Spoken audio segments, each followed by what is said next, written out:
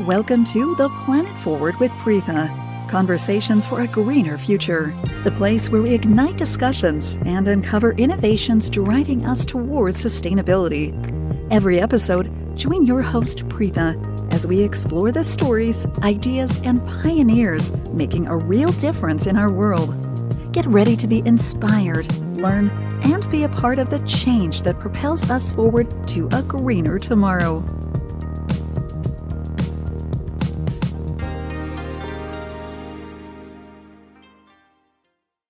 Welcome to another episode of Planet Forward with Preetha, where we explore the intersection of sustainability, mental health, and empowerment. Today, we have the privilege of speaking with Preetha Krishnadas, Deputy Director at the Banyan Center for Mental Health and Social Sustainability. With a background in mathematics and postgraduate expertise in medical and psychiatric social work, Preetha has dedicated her career to enhancing community wellness through innovative mental health care. She leads the Banyan's NALAM community mental health program, which delivers holistic, well-being oriented care in urban and rural setting. Preetha's work is pivotal in integrating mental health services with social needs, providing comprehensive support that fosters resilience and empowerment in communities. Join us as we delve into her insights on creating sustainable mental health solutions that uplift and heal. Thank you so much, Preetha, for joining us today. Really happy to have you here today with us. Thank you so much for inviting. I'm very happy to be a part of this. Thank you. So the first thing I want to ask is, when I was reading through your bio, what really intrigued me was, I want to see your personal motivation into it, right? Because this is a field which requires a lot of passion because there's so much of hard work. So I want to understand, Preetha, could you start by sharing what initially drew you to the field of mental health and social work, particularly in the community setting? Okay. I think when I was in school or even in my UG, I wasn't really aware of a course that is very dedicated for social work. What made me take up this particular domain of work is this is one domain where you can work with people. You can actually interact with people, and your work is going to create some kind of change in the people. So I feel that is something was very appealing for me. When I was doing my mathematics, I was also an active volunteer in National Service Scheme, where wow. I had where I had the privilege of visiting some of the NGOs and working with people with disability, which changed the way that I look at the career. So I think that's where it started. Disability was something that I was very passionate about. And narrowing down to mental health was just an opportunity, I think. And I was with the Banyan for my fieldwork experience.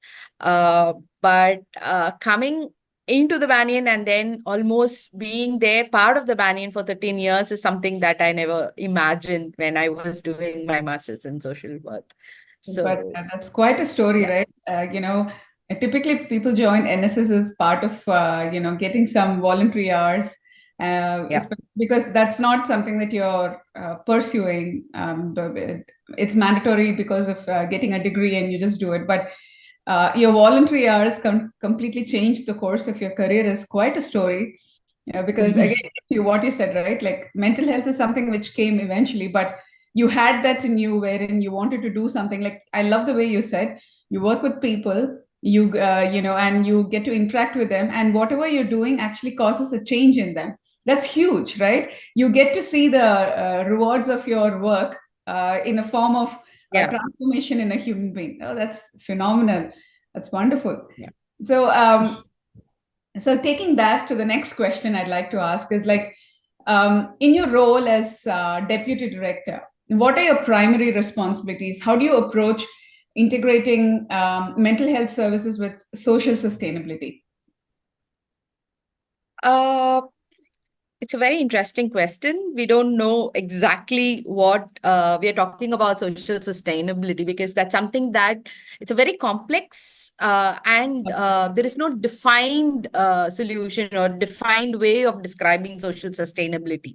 It varies to each individual. So that's the nuance of the whole thing. And I think I'm very interested to understand that nuances, and it's very, very challenging how each one look at their own life and how do they look out their own sustainability, and how do we create a system which can cater to different kind of people, but yet have an approach which can actually cater to different kinds of people. So I'm very interested to understand that. So that is what my role is all about.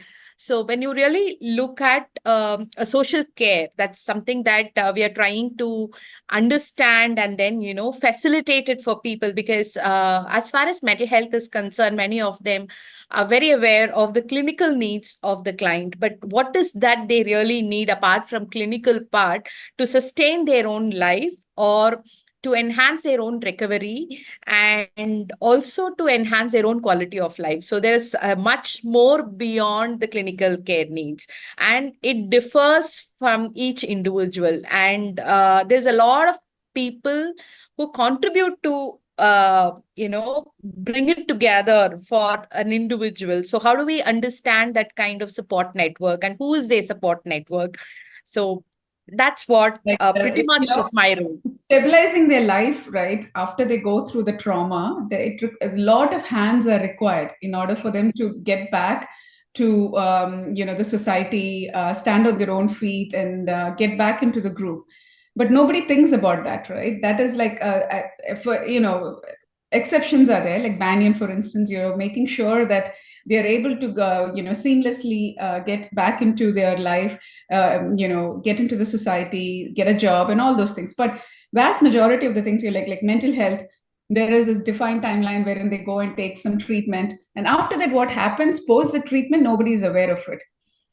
And like you said, right, we are a community, we are social beings. As such, we as human beings, we are designed and we live in a community where we need a society. We even in a family structure, we have our parents, we have our siblings, we have our relatives, we have extended relatives, we have friends, and all this ecosystem is required for us to survive as a human being. So, every human, right, goes through a kind of trauma when they lose their dear and near ones, because there is a sense of attachment to it. So it takes a long time for that particular individual. I'm talking about normal human being. They take a little time to heal because they've lost that particular relationship. So the rest of the ecosystem is helping each other for this person to heal so that they can get back to normalcy. And Yep. if you think about another case where this person has gone through a mental disorder, and in some scenarios where I was reading through the history of the cases, or the clients which Banyan go through, some of the families don't even want them back. In that scenario, you've got to come up with a solution wherein they're strong enough to accept that they went through a trauma. Second is they're strong enough to accept that their own family is disowning them. So how do they come back and become more stronger than before? That's a huge thing, right? So for me, that is social sustainability. So what are the other things that we, other than the normal ecosystem as a family, is providing so that individuals like this can survive? If that social sustainability is not there, why are we speaking about ESG? Like that's where my whole reasoning behind doing this podcast is. There's a lot of awareness about environment, people are, because of climate change, and I'm really grateful for that, because that is required for this day and age. Having said that, the social aspect is missing. Nobody talks about it. Even today, this day and age, it's a taboo about talking about mental health. We all go to doctors. Vast majority of the people will go to doctor if anything is wrong below the neck. Above the neck, they think this head is like not even required. So yeah, exactly, right. So how do you overcome that kind of stigma in the society, right? So I love, that's why I said, when I was reading your bio, which for you social sustainability is something which is so important, I was like, oh my god, a person right after my heart, because that is what I'm after as well. We are speaking so much about but mental health is an ailment. we have to treat it in a different way. You cannot like how the cancer is treated with a totally different approach versus where you treating someone who's going through a heart disease is two different dimensions, right? You're not able to treat a patient with a cardiologist different and an oncologist is different. The same way we've got to approach mental health in a totally different way. So much of awareness needs to happen, but I guess there's a long way to go. But I really love your answer. Thank you so much. It's just intriguing me to speak more, but thank you so much. Yeah. So So as you rightly said, building the ecosystem is one of the primary thing that we have to focus on, because for people with mental health issues, as I said, that there is a difference between mentally ill and people with mental illness. That's a difference that we need to really bring about, because mental illness is not the whole identity of the person. The mental illness is part of the person. So the person might have other needs, and the person will definitely need that kind of support system in order to deal with the struggle. So for people with mental health issues, they need to struggle with the illness. There is an inner struggle, and also they need to have an outer struggle that they need to face. So how do we really focus on those outer struggles is something that we need to really work with the community. When I say the community, which is including the family. So whether it is a close family or a distant relative or the people who are residing, the neighborhood, is something that we need to work towards to bring about a change. So it's not like the stigma is all about, you know, either they don't know anything about mental illness, or they know very little about mental illness, or they have a misinterpretation. So these are three things that we need to deal with. So just creating awareness about mental illness can even cause much more damage, because only signs and symptoms, they will think that mental illness is all about signs and symptoms. There is no life beyond that. So how do we really talk about their own struggles? How do we talk about their needs in the community, and how do we bring them together to deal with this kind of issue that's very, very complex? And when you deal with one part of it, you might be leaving certain aspects completely away from these aspects. So we need to build each person's life from the scratch.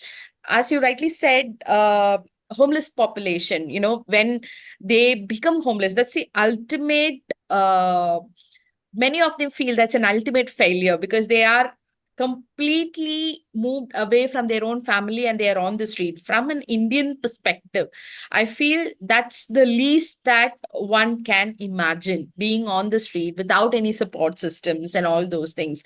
So from that particular place to bringing them to regain their own strength, and then making them to be a part of the community, it's a long journey. So how do we work along, and if they can go back to the community, how do we create that kind of support system which is existing in the community, is something that we need to focus much more, I think. So yeah, especially like you rightfully said, in India, right? Culturally itself, right? We are so in tune to the family system, and then you displace somebody from that family and they're on the road because of their mental illness. They, as such, they're going through their illness, and then they're going through the trauma that their family doesn't understand them and they disown them. And I think you brought up a great point, Preetha. Like mental illness and mentally ill is two different things, right? Like people have other ailments like critical illness such as diabetes or cancer for today, or they have heart ailments, or they have blood pressure or whatever. Everything is an ailment, but they understand that they go through a problem like that. The family knows about it, their family supports them to come out of it. There are repercussions, their family adapts a totally different lifestyle in order to support that particular human being. However, when it comes to mental health, the symptoms are different, like you said, right? It varies from individuals to individual because of their external stimuli where they are. So what they see on books, like the science defined, may not be exactly per se, because that person may be reacting in a different way because of that circumstances they're put in. But I don't think our society understands that. They go with this bookish knowledge and say, oh, and internet is a boon, and it can be a curse as well. You go and Google and immediately come up with these 10 symptoms, and they're like, oh, I know this is what they said, and the cookie cutter, this is what can be done. And like, I was reading an article this morning, and they were talking about a human being who was really healthy, around 26 years old. He gets married, and then he goes through a mental trauma. Suddenly something happens, and he's going through mood swings. He's not able to focus on his life, and he goes through a period of 2 years which nobody is able to diagnose what exactly is going with him. Eventually they diagnose that he has bipolar disorder. And what happens is, he's married, his wife disowns him, as everybody disowns him. And then he talks about a story how he had to regain everything and come back and then rebuild a family. I had tears in my eyes just reading through that. I was able to empathize from the point, like, why? Okay, he says he's now taking medication right now. He's still not fully cured, but he is able to accept, okay, that's part of him. He has to accept it. Something is wrong with him, and he's accepted it. So when you said that was a article which came to my mind immediately. And you're right, maybe the West is a little more accepting versus what India is. But again, all over the world, I think there's so much to do in this space. Specifically now, there's so much of importance is given to ESG. I want to see what people are doing, or the governments are doing on the S aspect, because if the society is not healthy, this planet can never be healthy. There is a lot of correlation between it. So the society is human beings. We have to be healthy in body, mind, and soul. Only then the planet will be healthy as well. This is just thank you so much. I'm so intrigued about the whole conversation. So thank you. So I want to ask about your journey now. So can you describe a project or initiative you've led at the Banyan that you find particularly impactful? What were the challenges and successes? As I said, that I've been part of the Banyan for the past 13 years, and I have been part of almost all the programs that's initiated at the Banyan. So I have been part of the inpatient care, and I have been part of the long-term care and the community mental health program. So I think I still feel that the community mental health program is something, it's a very, very challenging one. And it's very, very volatile. And the way that you need to deal with the community needs and bring about a change, because it's not something that you can see all of a sudden. You can't really measure the impact as such, but it takes a longer time when you are intervening in the community and to work, especially with mental health issues. There's a lot of struggles that you need to face when you are on the ground. I feel that I would say it's the most challenging one. I feel that when I started working with facilitating social entitlements for the clients who have been homeless. So that's very, very challenging. Many a times that I have wondered why it is becoming very, very difficult for them. I have no answers for that. So it's like why it is and why nobody is aware of it. That's something that always a question that comes to my mind. Just to give you an overall understanding of what I'm talking to, because we've been working with homeless population, and they have been in an institution for a longer period of time. As the Banyans say, I exist, therefore I am, because that's the motto that we have, right? So their existence is not at all there in the community. When I say it's not something, it's not very small thing that I'm talking about, because these people doesn't even have an ID proof to be part Stateless, of the basically, they don't even, there is no any record that they even exist in this universe. Yes. So the citizenship is something, it's a basic right, right? Yes. So they don't have any of that entitlement. It's not even entitlement, it's an ID proof for their existence. Even that is something that is not at all there for many of them, because they have moved on from their houses and they were on the street, and they don't know whether they can go back to their family. Many of them have forgotten about their houses. So they've been in an institution for a longer period of time, but they don't have an existential proof as such. So when I say existential proof, yes, of course, they are part of an institution that is available, but an independent identity proof is something that we struggled a lot to. Like an Aadhaar card or something, Yes, which basically yes, says yes. that they are a citizen of India, but that is Yes. virtually non-existent. Oh my God. Yes. So that's something that was very quite, it's actually quite challenging on how do we really create that kind of proof for our own clients who are in an institution. It's not only for the Banyan, but most of the homeless population who are in institutions or who are on the streets. If you really see all the welfare measures that is being provided by the government, it depends on some kind of identity proof that they need to have to facilitate those welfare schemes. Yes. So if you don't even have those things, they're not in the radar anymore. So how do we really bring them to that radar is something that we wanted to create. So that I feel in my career, I feel that's something that I feel which is very, very valuable.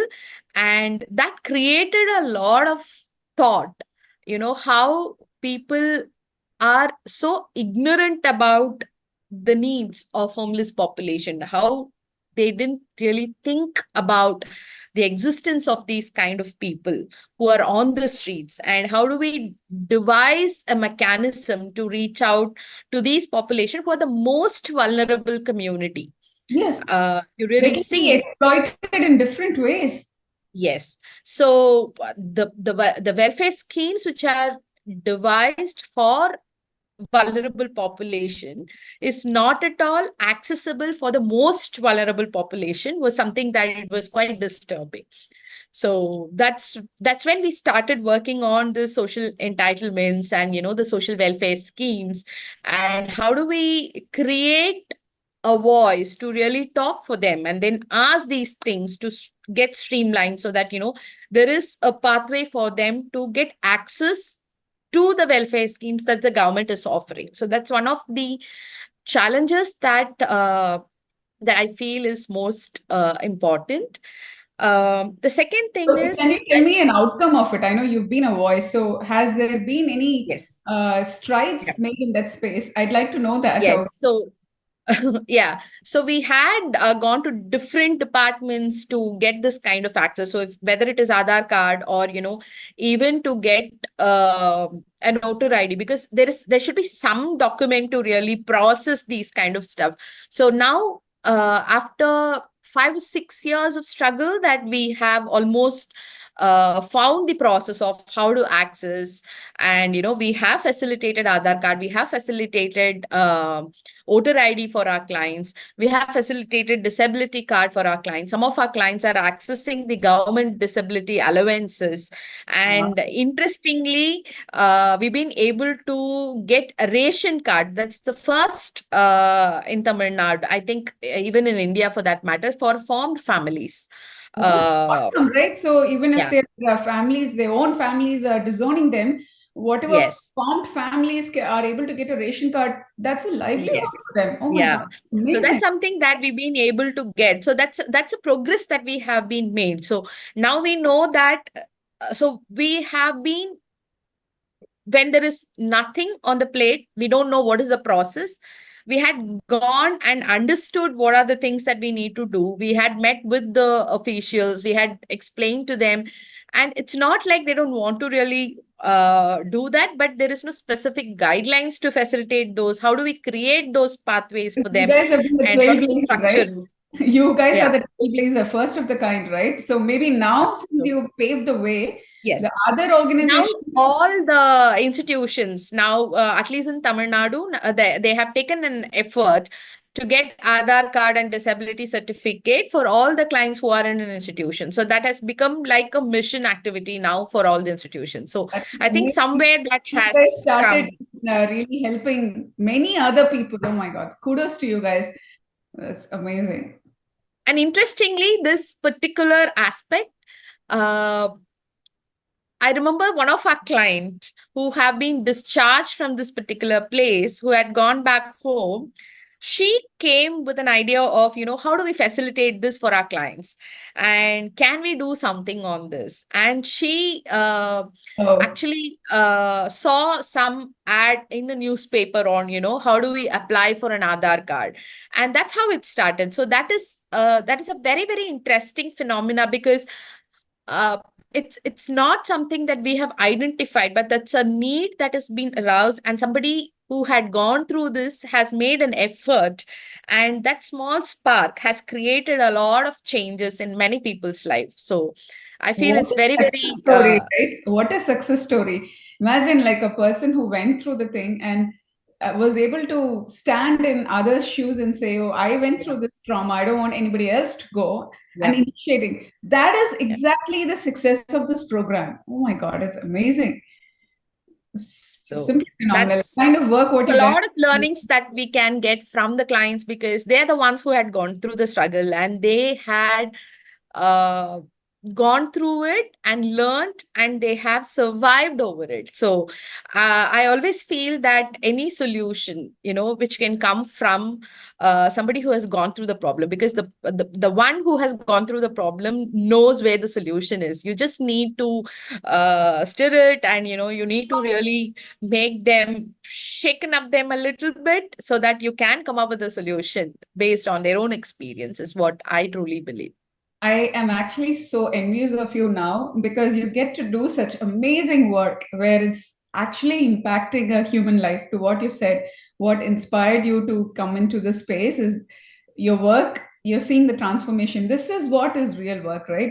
When you go back home and you sleep, you're so satisfied that your work has actually impacted a life to lead a much more better life than what they were leading. That's kudos to you. I know all the guests have spoken thus far from Banyan. There's one thing I resonate with everyone is like, I'm super jealous of all of you because you get to do something which I always dream of doing, something on the ground. And, That's the beauty of the Banyan also, because you have a lot of things to do, and you can choose what you want to, and you can actually do a lot of change because there's so much to do as well.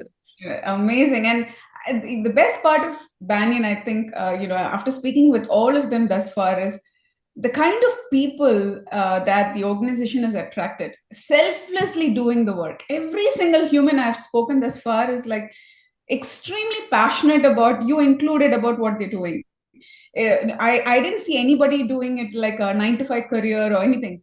They are so in tune to the whole thing that there's no such thing as personal life and professional life. It's so intertwined, and everybody seems to be living it, and that's the beauty of it. Unless you are passionate about it and unless you truly believe in this cause, it cannot be successful no matter what you're doing.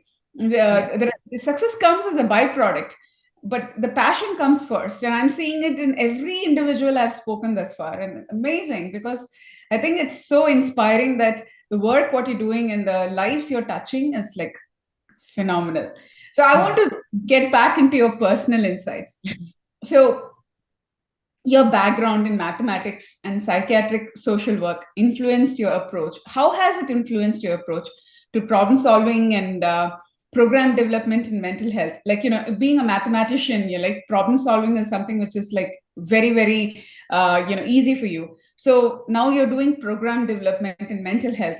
So how is that helping you? Like, where do you take those personal insights from? Um, I think Max has always helped me to uh, see trends, look at the data, and from a larger perspective. So, from an individual to a larger perspective is something that the data helps me to look at it. Like That the macro really helps. versus the macro aspect. Yes. Very nice. Yes. Okay. So, and when you look at the data and you know that where you need to prioritize or how do you need to prioritize. So that's something that the Max has always helped. And to see the trend and to devise a strategy towards it.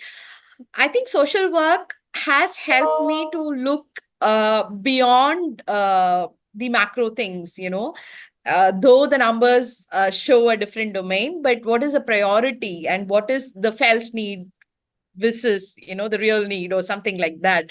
So I feel that that balances me a little. So from a program perspective, both has helped me to look at from a macro perspective to micro details, because of both these mixes. I guess you're able to take some decisions with your head and some decisions with your heart, which is Yes. right. It's a perfect balance, I should say, because Yeah. sometimes we definitely cannot go with logic. We all know that math is full of logic, but sometimes we have to go away from logic and take a decision which is based on emotions. So I guess it's a perfect balance for you. It's awesome. Ideally, when you actually do certain things, what people need, you will end up seeing the logic gets resolved. So that's Automatically. something that we naturally that we see, but we need to have something to show people that this is working. And this is something that you need to work. So because each, as I said, that each individual's needs are very different, but it's not something that we cannot uh, really compartmentalize and see how do we devise these things, and that would help a lot from a programmatic perspective. If we want to scale up a project, or if it's something that we need to tell other people, that we need to really show them how it worked. So from a larger perspective, I feel that understanding the data, or even to introspect the way that we operate, because there's a lot of energy, there's a lot of resources that goes within to really work out this complex issue. But is it really worthy to invest so much over here than, can we invest over here? So that kind of decisions, or that Comparison, all that decision understanding using is very, data. very interesting if you see the larger picture. Oh my God, it's amazing. It's wonderful. So I guess your background is really helping you in your day-to-day aspects as well as at Banyan. It's beautiful. So I know, you have lots of team, right? A lot of individuals doing different verticals at Banyan. So team collaboration, right? So I'd like to understand, like, how do you, go about collaborating with other team members and departments within Banyan to create a cohesive approach to mental health and social care, because so many individuals are working in different verticals, but all these needs to get orchestrated and come under an umbrella for it to function as a well-oiled machine. So team collaboration and that camaraderie is extremely important. So how do you go about doing that? I think especially for this particular center, convergence is something that is very, very important. Yeah. So when I talk about convergence, beyond the Banyan, that you need to have a lot of collaboration, because when they go to the community, that you need to work with different departments, different organizations, different CBOs. So you need to have that kind of collaborative approach, because what is more important is to really cater to the needs of the client. So the client is at the center, and you need to see who all needs to give that hand to lift the client. So that's how that we need to look the convergence all about. So it's not like an individual department's victory or individual NGO's victory or something like that. So it goes beyond that. So this is the requirement for the center by itself.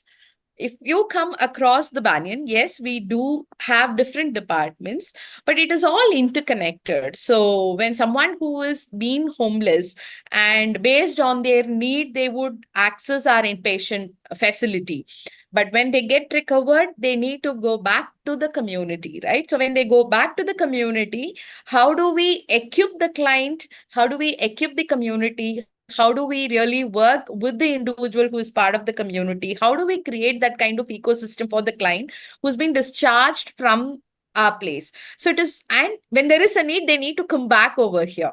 So that's the system is being designed like that. So if you really see the Banyan's programs, it is all interconnected, it is all need based, it is all expanded need based. So there is a connection by the flow of operation itself. So that's the interesting way of looking at the departments. We also have a very different kind of operations, I would say. So it's not like, okay, this is my department, this is your department. What makes it very, very unique is like, okay, there is a need, and this is something that we need to deal with, and which is the best department that we could deal, and who has that kind of skill set, or who has that kind of domain of expertise. So including someone who has the language issue, because many of them who are landing up homeless, and especially in Tamil Nadu, many of them are Hindi speaking. So not all our professionals are Hindi speaking, or they have different kind of language that they speak. So who has that kind of expertise? How do we pitch in together? So that's something that it's very interesting part of the Banyan.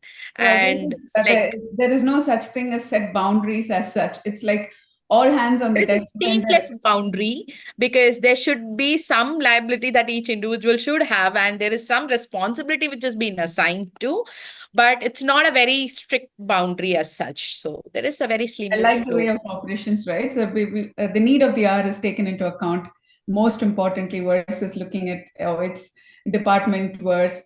I think that's the right approach also, like you rightfully said, right?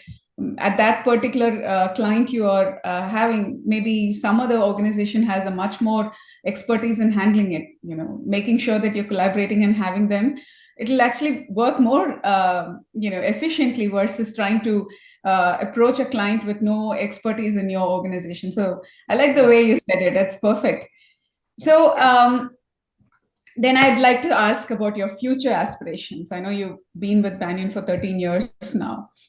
So looking forward, what are some of the goals you aim to achieve within your role? Are there new areas or methods you're excited to explore? Okay. So personally, I'm not someone who is very goal driven. Like, I set a goal and then I go with it. So I'm generally a person who will go with the flow. Like, what I'm doing now, how do we better that? And what is the challenge now? Face the challenge and, just deal with the challenge. So that's how my operations are. And that's how my career pathway has been set. And that's how I have grown, at least to this extent.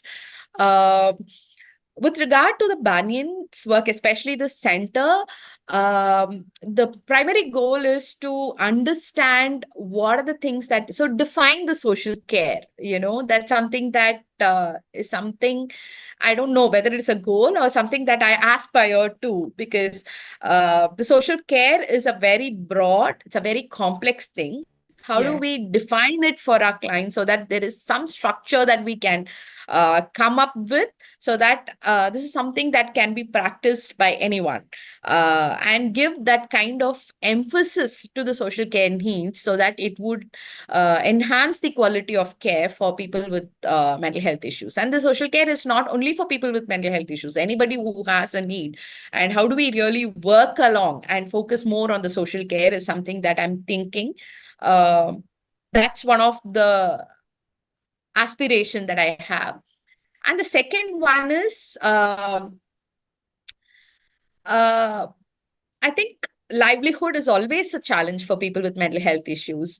So how do we really crack that one? How do we come up with some solutions which is most viable for the clients to sustain when we talk about sustainability, the financial sustainability is something that they are really looking forward. And how do we create that kind of environment where they can also feel financially able to Stable. manage for themselves? So that is something that we can create, or we can come up with a solution. The third thing is, I'm also looking for a day where client with mental health issues will talk more openly about their struggles, and advocate for themselves and create the welfare schemes which is suitable and which is something that which is reasonable for them. So many a times it's always a push from somebody else because of the stigma that they are facing, and they don't want to really come out and all those things. I think that I'm just dreaming on a day that where they would talk what they really need, and they would demand the welfare benefits that is applicable and that is suitable for them. So these are three things that I feel that for the organization perspective, that's All three I loved, but I personally resonate a lot with the financial stability and the train the trainer concept, what you said, right? That is something which I'm so passionate about, because that's when the real change happens. Every human on this earth has the right to live a abundant life. That is their birthright. There is no denying to it. Every human who is born already and who's yet to be born are having the birthright. That's the reason why they're born into this universe. But somewhere along the line something changed. There are, the social norms and all those things change. We have this different disparity in our community where it's the rich and the poor and all that, and then the mental health adds to the agony as well. And if there is a place where every organization, again, this is just me personally and I'm telling this on record, but there is so many things which is asked when you apply for a job in India. Even today I ask about your caste, creed, community, religion, and all those things. But can all the organizations ask, like, put it as a mandate that they're hiring a person, 10% of the employees have gone through a mental illness, they're going to employ. If you put something like a mandatory things like that as part of an employment, imagine how this world would be. So these individuals know that rather than focusing on the background of their caste, but you're actually focusing on a sect of people who are completely abandoned by their own family, but they have a choice to go and work depending on their skill set. I'm not saying they all need to go and work for corporate, but whatever skills they possess, but they know that there is an avenue for them to get employed. Can that kind of a radical change come to this world? That will be the most beautiful thing, and that is something which I pray to God, where everybody, every human with their capacity should lead a sustainable life, abundant life in whatever capacity they can. That's their birthright. And then the other thing what you're talking about is, like, you brought a wonderful point earlier. Only when a person goes through a problem, they can find a solution much sooner, rather than people who have just the bookish knowledge. Practical application is when you'll come up with beautiful ideas, because they know exactly what they went through, and they never would want anybody else to go through that pain. So they'll come up with solutions completely deviating from all those things. A person who's gone through a mental health issue is completely transitioned and transformed. They understand the pain, what comes with it. So now imagine they sitting in the driver's seat and coming up with programs wherein they know exactly what they go through.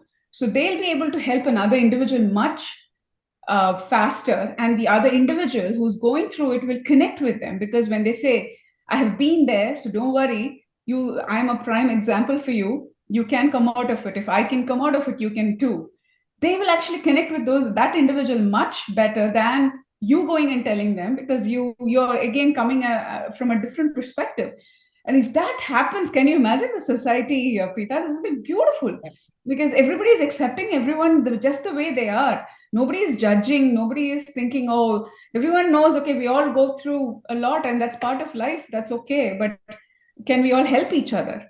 That's a transition. That is what real change in the society means, where you are going through that tipping point and finally accepting humans the way they are, and not judging just because they're going through a mental illness. It's just a phase in their life, and they can also come out of it.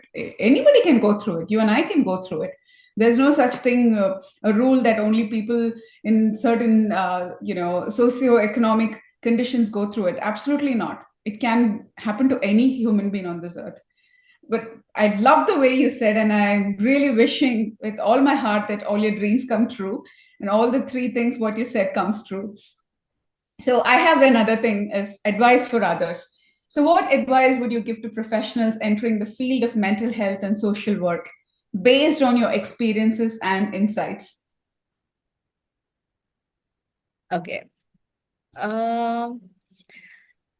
I feel, especially with mental health, you need to be a little more than passionate. I feel that you need to also have a little patience to really work along with the clients, not because you need to deal with tantrum and all those things, but you don't have to be hard on yourself because you're not seeing any impact all of a sudden, or if there is no major change that has been happening. So don't lose your patience. Just be conscious and work along with the client. So the client feels comfortable, and if something that you can do to make a change, even if it is a slow improvement, that's fine. And you can make a lot of difference in the near future, because mental health is something that it takes a longer time, and you cannot really see the impact of your work all of a sudden. So you don't have to feel demotivated that's something that I really wanted to tell people. And there is a lot of avenues that you need to work on, especially for psychiatric social work. So it's not something to do with only the clinical aspects, but there's a lot needs to be done on the field, especially from an Indian perspective, that there is a lot of need that we need to work with the family, because it's not only the client who goes through the struggles, even the family members. So many a times they go through a lot because of the stigma that they have been facing in the community, and they don't really know how to deal with those aspects. So one is to deal with the client, and the other one is to deal with the community. So their struggles is also very, very real, and they really need that kind of comfort and somebody to support on. It's very, very important to work with the family as we work with the client also. So that's something that we need to be very, very cognizant of. And you don't have to go only by the books. What you see is the real, and you can be creative, you can be innovative, and that's something that you need to think. And the innovation is not something that every time that you need to come up with a new solution, but something that it is going to be new for the client is an innovation. So that's Wow, what that's I beautifully relate. said. There is an English proverb: patience is a virtue. It is indeed a virtue, because it's not something which comes overnight. Comes with a lot of life experiences and whatever you go through, and especially dealing with uh, folks who are going through a mental illness. And I like the way you said about the family, right? Like, because nobody is prepared for it. They themselves, they are going through a lot of unknowns which is coming. They don't know how to deal with it. And every individual's issue is different. It's not like a textbook formula that, okay, this is what I'll apply. Like, if you have a headache, you know exactly what you need to do. But this is not something that you have remedy immediately. So Yeah. the family itself is going through a lot of pain when they're dealing with. So making sure that the family also is able to handle such a situation is extremely crucial. So I love the way you said that. And I guess anybody who's embarking on a journey such as what you are doing right now need to know what are the other nuances associated with it. They can't think it's just a desk job. They're going to sit and take care of the clinical work. No, there's so many other aspects, bells and whistles. They have to think outside the box in order to deal with that particular client. So I love the way you said it. So the last question I have for you is like, how do you envision the future of community-based mental health care in India? What changes or developments do you hope to see in the coming years? Um, I think uh, I think, and I always feel that the community based mental health program is the solution for dealing with mental health issues in India. It's a slow process now. There's a lot of understanding, and there is a lot of need that has been emerging. Um, I think we need to. I'm very hopeful that at some point of time that we will have a full-fledged community mental health program, which is going to be not only looking at people with mental illness, but deal with promoting mental health. Is something that I'm looking forward to. So it's not just curative model, but I'm really hopeful that the community-based mental health, which will focus more on promotive aspects as well. Uh, there is a I think there is a lot of progress in terms of understanding mental health from a health perspective. Um, but the nuance of dealing with, even now they've been thinking it's as a very specialist approach. So if we can move away from a very specialistic approach to someone who can create that kind of support network and an ecosystem which could be conducive for people with mental health issues, it's not only for people with mental illness, but generally people who are going through a low, or people who are actually facing distress. If there is a community which is actually responsive to the distress, that's something that I'm wishing to have. And I'm very, very hopeful that India will soon have that kind of approach, because many of them are aware of the need, but it's just that it's not coming through as a help, because this is what I personally believe, because they are not seeing the impact, or they're not able to measure the progress. That's where it is stuck. Because if it is going to see the mortality rate, or those kind of stuff, the numbers actually speak that there is some progress. But for mental health, that's something that they are not able to really see through the measures. That's why there should be a lot more investment in terms of mental health interventions in India, and there is a huge need. And if we have an environment, if we have a community, as we do have, and we have just now moved away from that kind of culture where we are a very close knitted family structure, and we had a very close knitted community structure. So if we are able to bring those kind of connectedness and an environment which could support each other, there's a lot more that we can do in terms of mental health. So that's what I'm hopeful So about. beautifully said, because just imagine a place where people are so comfortable and going and saying, "Hey, I'm having a bad day today," or "I'm going through depression," or I feel very low," and people are there to embrace them, and they know that they are very safe in that space. And they know nobody judging you, and nobody is penalizing you because you're going through it. And if at all they require a few days off because they're feeling low, and it's accepted. Humans were, the body is a machine. Sometimes the machine definitely needs a downtime, and they accept it's okay. And imagine a society like that all around the world, that people are accepting that you go through it, like no matter how balanced a human is, there will be a stage in life where they will go through ebbs and flows. That's part of life. And if you can openly discuss that and say, "Hey, I'm having a bad day," or "I'm feeling depressed, I'm feeling low," especially women, right? Like they go through this perimenopause. At least now that discussion is coming like open. I'm seeing that in the last 2 years, people are talking about perimenopause and what the struggles, what women go through it, and the hormonal changes, which can actually induce so many other side effects, which if I have to say about the 2 or 3 generations ago, like my mom and all that, I'm sure she went through all that, but she herself did not know what she was going through.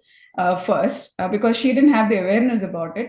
Second, she might have had that concern. If I even tell that, nobody in the family would even understand about me. So I might as well hold it to myself. And so then the family members, I think, what the heck is her behavior? Why is she so different now? But I'm sure she went through that. Like, so I'm these days, women are going through perimenopause much earlier than what it was in the past. So with all that societal stigma and then the hormonal imbalance, which can cause so many other things, it's not widely discussed at all. Even the family members don't know about it. And they look at it as a taboo. Why is she behaving like that? And I want a place wherein you can go and speak to your family. I'm preparing my family day in and day out.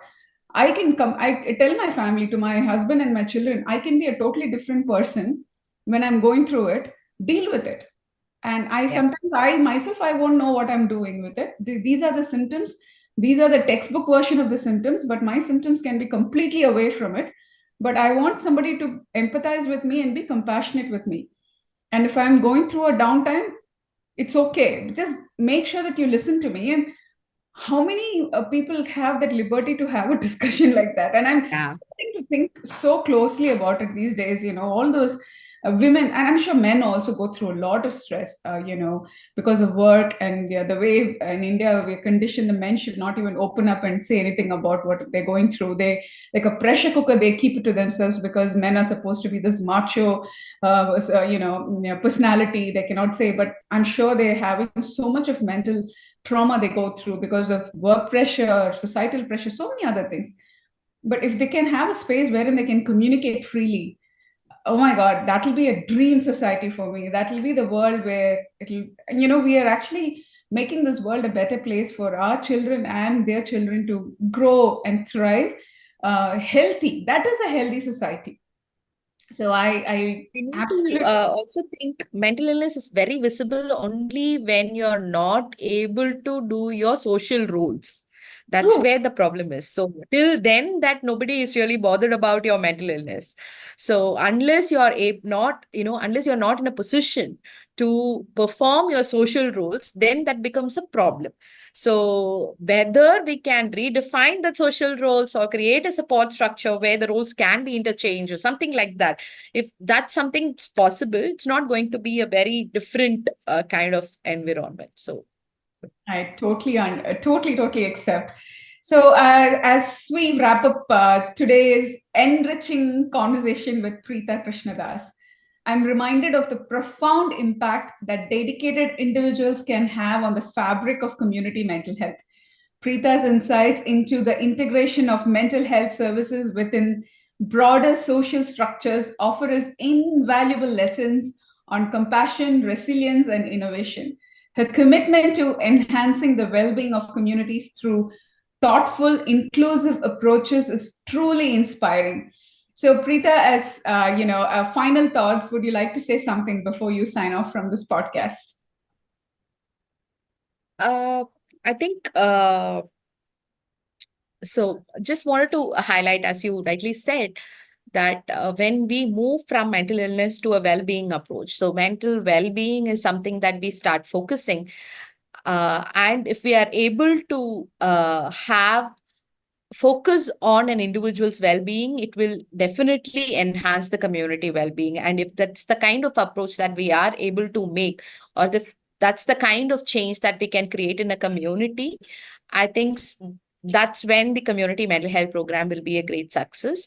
And I think that's the way forward, is what I truly believe. And we are all here and we have all the right to live the fullest of our ability. And it's something that we need to create that kind of environment for people who are struggling. And I think that's our duty. Oh, thank you so much. I thank you for joining us today and sharing your expertise and personal experiences, which not only enlighten but also encourage us all to consider how we might contribute to such vital work in our own capacities. Remember, every small step towards understanding and supporting mental health creates ripples that extend far beyond our immediate sight. Thank you all for tuning in and keep pushing the boundaries of what we can achieve together in creating healthier and supportive communities. Thank you so much, Preetha, for joining us today. It's such a privilege to speak to you. For me, it has been such an enlightening experience. I learned a lot today. Heartfelt gratitude. Thank you so much for all the work you do. Thank you. Thank you. Thank you so much for giving me this opportunity to talk about it.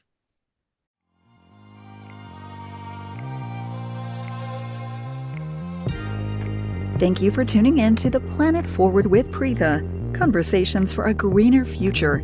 Together, we're exploring the innovations and stories that inspire us to think and act for a sustainable world. If you're inspired by today's conversation and want to be part of this journey toward a greener future, make sure to subscribe to our podcast on your favorite platform. By subscribing, you'll never miss an episode filled with groundbreaking ideas and actionable solutions.